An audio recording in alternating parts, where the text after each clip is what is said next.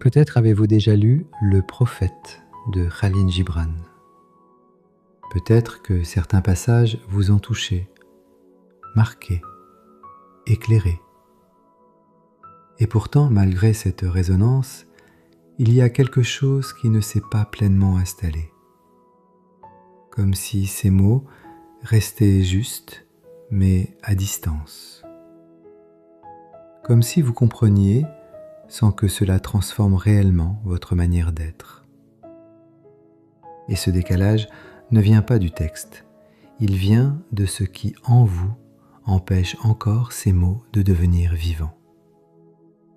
Et c'est précisément cela que cette séance va venir traverser.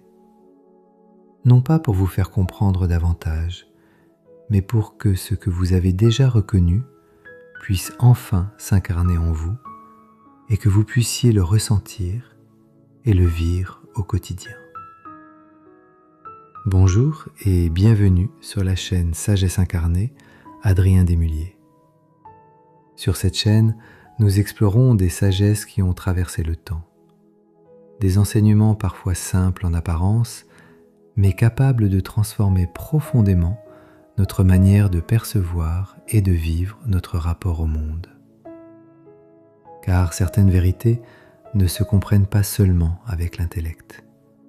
Elles doivent être éprouvées, ressenties, intégrées, et peu à peu, elles s'incarnent. C'est précisément ce que nous allons faire ensemble.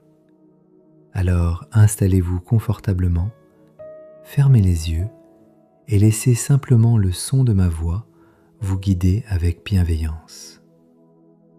La méditation va maintenant commencer. Ici, vous n'avez rien à réussir, rien à atteindre, rien à provoquer. Ce que vous avez à vivre va se faire de lui-même. Certaines phrases vont résonner immédiatement, d'autres passeront simplement. Et cela est parfaitement juste. Vous n'avez rien à retenir, rien à analyser, rien à comprendre de plus. Vous pouvez simplement laisser votre attention suivre ce qui se présente, ou même, par moments, ne plus suivre du tout. Parce que même là, votre inconscient continue d'entendre, d'intégrer, de transformer. Alors vous pouvez simplement laisser faire, sans effort, sans attente. Et maintenant, avant même d'aller plus loin dans les mots, il y a quelque chose que vous pouvez simplement observer, comme votre manière d'être en lien avec les autres, avec vous-même, avec ce que vous ressentez. Et sans chercher à modifier quoi que ce soit, vous pouvez commencer par remarquer comment vous entrez en relation. Est-ce que vous vous ouvrez ou est-ce que vous retenez? Est-ce que vous laissez circuler ou est-ce que vous essayez de maîtriser? Et pendant que ces questions se déposent doucement, vous pouvez sentir que quelque chose en vous répond déjà. Pas avec des mots, mais avec une sensation, une manière d'être, un positionnement intérieur. Et il n'y a rien à corriger ici, rien à améliorer, seulement à voir. Parce que très souvent, ce n'est pas l'amour qui pose problème, c'est la manière dont on s'y attache, dont on s'y accroche, dont on essaie de le sécuriser. Et pendant que vous observez cela, vous pouvez peut-être remarquer qu'il y a en vous une part qui sait aimer, naturellement, sans effort, sans stratégie, et une autre part qui cherche à retenir, à contrôler, à éviter de perdre. Et ces deux mouvements peuvent coexister, sans conflit, simplement être vus. Et plus vous les voyez, plus quelque chose commence à se détendre, parce que vous n'êtes plus complètement à l'intérieur. Vous êtes en train de regarder. Et dans ce regard, il y a déjà un espace, un léger recul. Pas pour vous éloigner, mais pour ne plus être confondu avec ce que vous vivez. Et dans cet espace, quelque chose devient possible. Vous pouvez continuer à ressentir sans vous enfermer. Vous pouvez continuer à aimer sans vous perdre.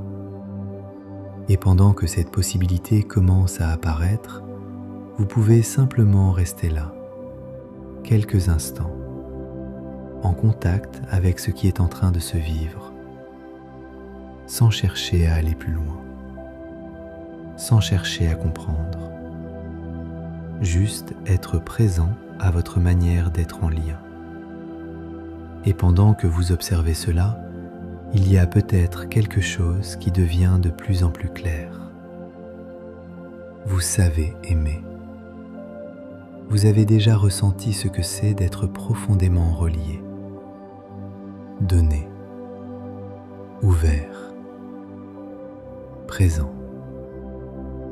Et pourtant, dans la réalité, cela ne reste pas stable. Quelque chose se resserre, se contracte, se défend ou cherche à retenir. Et ce point est essentiel parce que ce décalage ne vient pas d'un manque d'amour, mais de ce qui, en vous, transforme le lien en attachement, en attente, en besoin et parfois en peur. Peur de perdre, peur de ne pas être assez, peur que l'autre s'éloigne ou change. Et à partir de là, l'amour commence à se modifier, subtilement, sans que vous vous en rendiez compte. Vous ne donnez plus seulement, vous attendez. Vous ne partagez plus seulement, vous surveillez. Vous ne ressentez plus seulement, vous interprétez. Et ce glissement est souvent invisible, parce qu'il est progressif, parce qu'il est logique, parce qu'il donne l'impression de protéger le lien, alors qu'en réalité, il commence déjà à le rigidifier. Et peut-être que vous pouvez le reconnaître dans certaines situations, des moments où vous vous êtes senti plus dépendant que libre, plus inquiet que confiant, plus en attente qu'en présence. Et encore une fois, il ne s'agit pas de juger cela, ni de le corriger, mais simplement de le voir, parce que tant que ce mouvement reste invisible, il continue d'agir, automatiquement. Et ce que propose Gibran dans le Prophète est précisément à cet endroit, pas dans l'idée d'aimer mieux, mais dans la possibilité d'aimer autrement, sans se perdre, sans enfermer, sans retenir. Et cela ne commence pas par un effort, mais par une lucidité simple, directe, sur ce qui se passe réellement en vous quand vous aimez. Et pendant que cette lucidité s'installe doucement, quelque chose peut déjà commencer à se desserrer, sans que vous ayez à intervenir. Si cet amour que vous ressentez ne reste pas libre, ce n'est pas un hasard. Il y a des mécanismes précis qui viennent transformer le lien. Et ces mécanismes ne sont pas toujours visibles tant qu'ils ne sont pas observés clairement. Le premier, c'est l'attachement. Pas l'amour, mais le besoin que l'autre soit là, qu'il reste, qu'il ne change pas. Et à partir de là, le lien ne circule plus librement. Il se fixe, il se sécurise, il se rigidifie. Le deuxième, c'est la projection. Vous n'êtes plus seulement avec l'autre, vous êtes avec ce que vous imaginez de lui, ce qu'il devrait être, ce qu'il pourrait devenir. ce que vous espérez. Et dans ce mouvement, vous quittez la relation réelle pour entrer dans une relation mentale. Le troisième, c'est la peur de perdre. Elle peut être discrète, invisible, mais elle agit en arrière-plan. Et à partir de là, chaque geste, chaque mot, chaque silence peut être interprété, surinvesti, amplifié. Et cette peur vient colorer le lien sans que vous vous en rendiez compte. Le quatrième, c'est le besoin d'être rassuré, d'être confirmé, d'être reconnu. Et à partir de là, vous ne donnez plus seulement, vous cherchez à recevoir, à vérifier, à vous sécuriser à travers l'autre. Le cinquième, c'est le contrôle. Contrôle de l'autre, contrôle de la relation, contrôle de ce qui pourrait arriver. Et même quand ce contrôle n'est pas visible, il peut être subtil, dans une attente, dans une réaction, dans une manière d'anticiper. Et ce contrôle vient limiter ce qui pourrait circuler librement. Le sixième, c'est l'identification. Vous ne vivez plus seulement une relation, vous devenez la relation. Votre état dépend de ce que l'autre fait, de ce qu'il dit, de ce qu'il ressent. Et à partir de là, vous n'êtes plus stable en vous. Vous êtes en réaction. Le septième, c'est la mémoire émotionnelle. Ce que vous avez vécu avant, les blessures, les manques, les abandons. Et sans que vous le décidiez, ces expériences passées viennent s'inviter dans le présent. Vous ne réagissez plus seulement à ce qui est là, mais aussi à ce qui a déjà été vécu. Le huitième, c'est la confusion entre aimer et se sacrifier. Donner plus que nécessaire, s'effacer, s'adapter, se perdre pour maintenir le lien. Et ce mouvement peut donner l'illusion d'aimer profondément, alors qu'il crée un déséquilibre. Le neuvième, c'est l'attente implicite. Donner en espérant recevoir. Être présent en attendant un retour. Et lorsque ce retour n'est pas là, quelque chose se ferme, se déçoit, se contracte. Le dixième, c'est l'idéalisation. Voir l'autre comme une solution, comme une réponse, comme quelque chose qui viendrait combler. Et dans ce cas, la relation ne repose plus sur la réalité, mais sur une attente. Le onzième, c'est la peur d'être soi. Dire ce que vous ressentez vraiment. Montrer ce qui est là, sans filtre, sans adaptation. Et pour éviter cela, vous ajustez, vous retenez, vous vous modifiez. Et le lien devient alors partiellement vrai. Le douzième, c'est la dépendance émotionnelle. Lorsque votre état intérieur dépend directement de la présence ou de l'absence de l'autre. Et dans ce cas, vous ne choisissez plus le lien, vous en dépendez. Le treizième, c'est la fermeture progressive. À force d'attentes non comblées, de déception, de tension, quelque chose se ferme, se protège, se retire, et l'amour ne circule plus librement. Le quatorzième, c'est la confusion entre intensité et justesse. Croire que plus c'est fort, plus c'est vrai, alors que l'intensité peut aussi être le signe d'un déséquilibre. Le quinzième, c'est l'habitude. Reproduire, automatiser, revivre les mêmes schémas, sans les voir, sans les questionner, et donner à cela le nom d'amour. Et ce qui est essentiel ici, c'est de comprendre une chose. Aucun de ces mécanismes n'est une erreur. Aucun. Ils ont tous eu un sens. À un moment donné, ils vous ont protégé, compensé, maintenu. Mais aujourd'hui, ils peuvent continuer d'agir alors qu'ils ne sont plus nécessaires. Et tant qu'ils ne sont pas vus clairement, ils continuent de transformer le lien d'amour en autre attente de quelque chose, sans que vous le décidiez. Et pendant que vous les observez, un à un, vous pouvez peut-être sentir que quelque chose se détache déjà.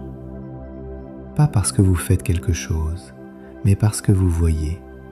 Et ce qui est vu clairement commence déjà à perdre son emprise. Alors à partir de maintenant, il n'est plus question de comprendre davantage, ni d'analyser, ni de corriger quoi que ce soit, parce que ce que vous venez d'intégrer est déjà en train de produire un effet. Ce qui était automatique ne l'est plus totalement. Ce qui était invisible commence à apparaître. Et à partir de là, quelque chose change. Pas dans ce que vous faites, mais dans la manière dont vous êtes présent à ce que vous vivez. Parce que chacun de ces mécanismes repose sur un point unique, votre engagement, votre adhésion, le fait de suivre sans voir. Alors ici, il n'y a rien à supprimer, rien à combattre, rien à forcer. Il y a simplement à ne plus entrer complètement dans ces mouvements. Quand l'attachement apparaît, vous pouvez le sentir, sans vous y enfermer. Quand la peur de perdre se manifeste, vous pouvez la reconnaître, sans la laisser diriger. Quand une attente se forme, vous pouvez la voir, sans en dépendre. Et ce point est essentiel, parce que vous ne sortez pas de ces mécanismes en les rejetant, mais en cessant de vous confondre avec eux. Ils peuvent être là, et vous pouvez rester libre. Ils peuvent apparaître, et vous pouvez ne pas les suivre. Et dans ce simple décalage, quelque chose se libère, naturellement, sans effort, parce que ces mécanismes n'ont pas de force propre. Ils existaient parce qu'ils étaient alimentés par votre attention, par votre engagement, par votre croyance implicite. Et dès que ce mouvement cesse, ils perdent leur emprise, progressivement, mais de manière réelle. Et peut-être que vous pouvez déjà sentir qu'il y a en vous un espace dans lequel le lien d'amour peut exister sans être retenu, sans être forcé, sans être sécurisé. Un espace dans lequel vous pouvez aimer sans vous contracter, sans vous perdre, sans vous accrocher. Et cet espace n'est pas à créer, car il est déjà là. Il apparaît simplement lorsque vous cessez de vous enfermer. Et dans cet espace, quelque chose devient possible. Vous pouvez laisser l'autre être, sans le retenir, sans le modeler, sans le sécuriser. Vous pouvez être présent sans attendre, sans contrôler, sans surveiller. Et vous pouvez ressentir sans vous identifier, sans vous perdre. Et à partir de là, le lien d'amour change de nature. Il ne disparaît pas, il devient plus juste, plus fluide, plus vivant, parce qu'il n'est plus enfermé dans ce que vous essayez de maintenir. Et pendant que cela s'installe profondément, vous n'avez rien à faire de plus, rien à réussir, rien à reproduire, simplement à laisser ce mouvement continuer, se faire, se stabiliser, à votre rythme. Et à partir de là, quelque chose devient immédiatement perceptible.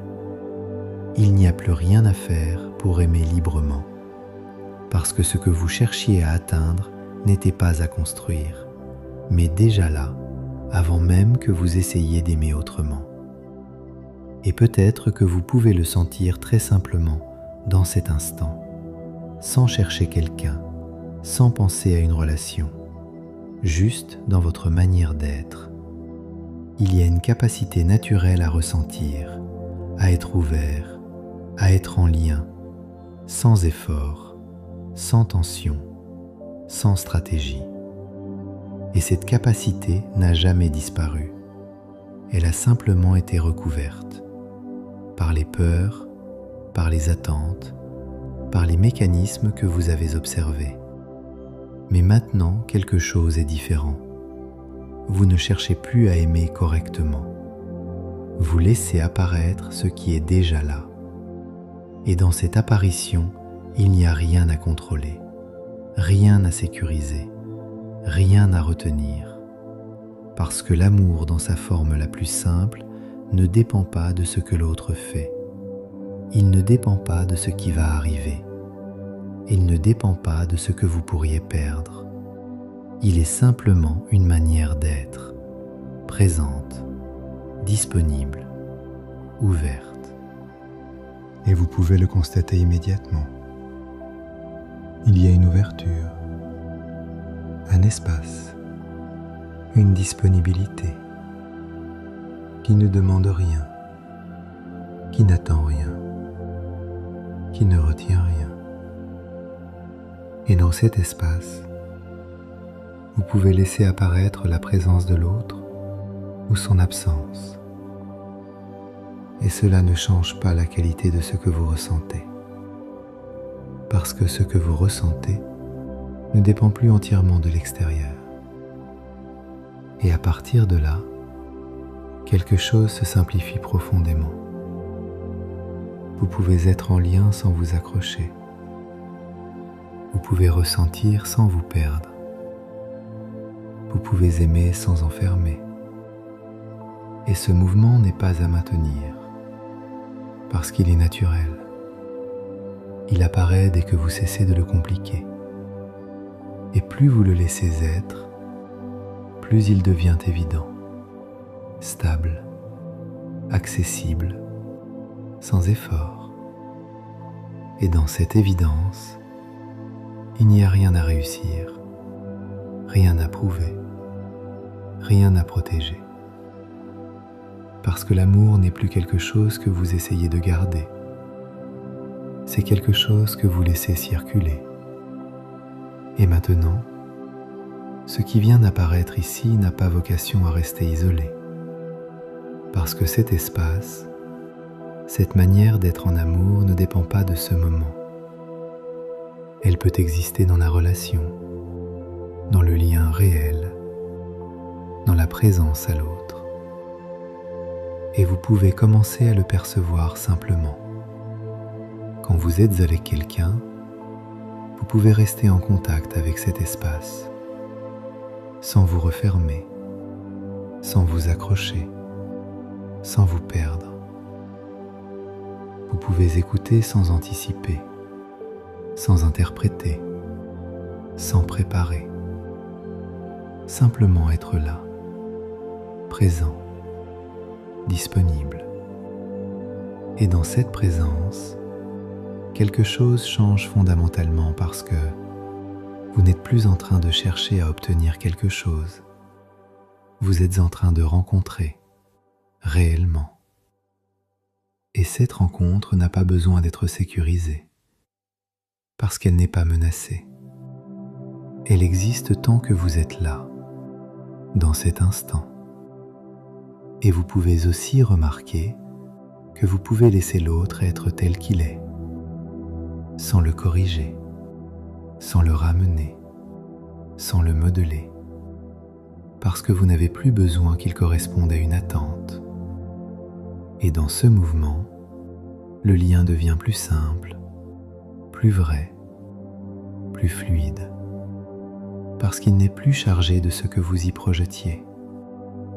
Vous pouvez également rester vous-même, dire ce que vous ressentez, exprimer ce qui est là, sans vous adapter pour maintenir le lien, sans vous réduire pour ne pas déranger, sans vous transformer pour être accepté.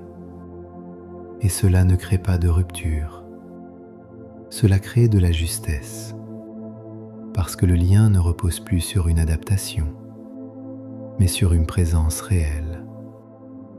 Et peut-être que vous pouvez sentir que dans cette manière d'être, il y a moins de tension, moins d'effort, moins de surveillance et plus de simplicité, plus de clarté, plus de stabilité. parce que vous n'êtes plus en train de gérer le lien. Vous êtes en train de le vivre. Et ce qui est important ici, c'est que cela ne demande aucune technique, aucun contrôle, simplement une attention différente, une présence qui ne s'accroche pas, qui ne se perd pas, qui ne se referme pas. Et plus vous laissez cette manière d'être s'installer, plus elle devient naturelle, évidente, jusqu'à devenir votre nouvelle manière saine d'être en lien. Et maintenant, ce que vous venez de reconnaître peut descendre encore plus loin, pas dans la compréhension, mais dans votre corps. Vous pouvez sentir très concrètement ce qui se passe en vous lorsque vous n'essayez plus de retenir. Peut-être une détente, un espace, quelque chose qui respire davantage, dans votre poitrine, dans le ventre, dans votre manière d'être là. Et vous pouvez simplement laisser ce mouvement se faire, sans intervenir, sans amplifier, sans contrôler. Juste laisser votre corps retrouver une manière plus simple d'être en lien, d'être en amour, sans tension inutile, sans contraction, sans fermeture. Et pendant que cela se fait, vous pouvez remarquer que vous pouvez ressentir l'amour sans vous accrocher, que vous pouvez être ouvert sans vous perdre, que vous pouvez être en lien sans vous enfermer. Et cette sensation peut s'installer, se diffuser, s'ancrer profondément dans votre manière d'être. Désormais, quelque chose est différent, pas parce que vous allez faire autrement, mais parce que vous ne pouvez plus fonctionner exactement comme avant sans le voir. Vous pouvez toujours ressentir, vous pouvez toujours aimer, mais vous ne vous confondez plus complètement avec ce qui se passe. Vous laissez circuler, sans retenir, sans enfermer, sans vous accrocher. Et dans cette nouvelle manière libre d'être en amour, le lien devient plus juste, plus simple, plus libre, parce qu'il ne repose plus sur un besoin, mais sur une présence. Et cette présence devient votre point d'appui, naturel, disponible, à chaque instant, sans effort. Et maintenant, ce que vous venez de vivre ici ne s'arrête pas à cet instant, parce que cette manière d'être n'est pas liée à une situation particulière. Elle est déjà disponible, à chaque moment, dans chaque relation, dans chaque échange. Et ce qui change maintenant, ce n'est pas ce que vous allez faire, c'est votre capacité à reconnaître cet espace quand il est là, et à ne plus vous en éloigner sans le voir. Et ce mouvement va continuer de s'installer naturellement, à votre rythme, sans effort, sans stratégie, simplement en revenant à ce qui est en train de se vivre, encore et encore. Et si vous en ressentez l'élan, vous pourrez revenir à cette séance, la réécouter, non pas pour comprendre davantage, mais pour faciliter l'intégration de cette faculté positive d'être libre en amour. Et plus cela se fait, plus quelque chose devient simple, présent sans être recherché, accessible sans être construit, stable sans être maintenu. Et dans cette stabilité, il n'y a rien à contrôler, rien à reproduire, parce que ce n'est pas une technique, c'est une manière d'être qui devient de plus en plus naturelle.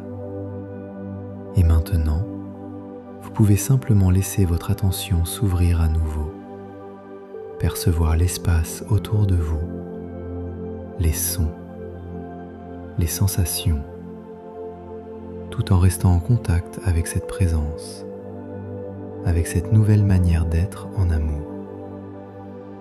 Et quand vous le souhaiterez, vous pourrez laisser votre corps reprendre naturellement son mouvement, revenir ici, à votre rythme. Et si cette séance vous a été utile, vous pouvez le signifier en laissant un pouce levé. Vous pouvez aussi vous abonner à la chaîne pour ne rater aucune des séances hebdomadaires de Sagesse Incarnée. À très bientôt pour une nouvelle méditation de Sagesse Incarnée, Adrien Desmulliers. En attendant, prenez soin de vous.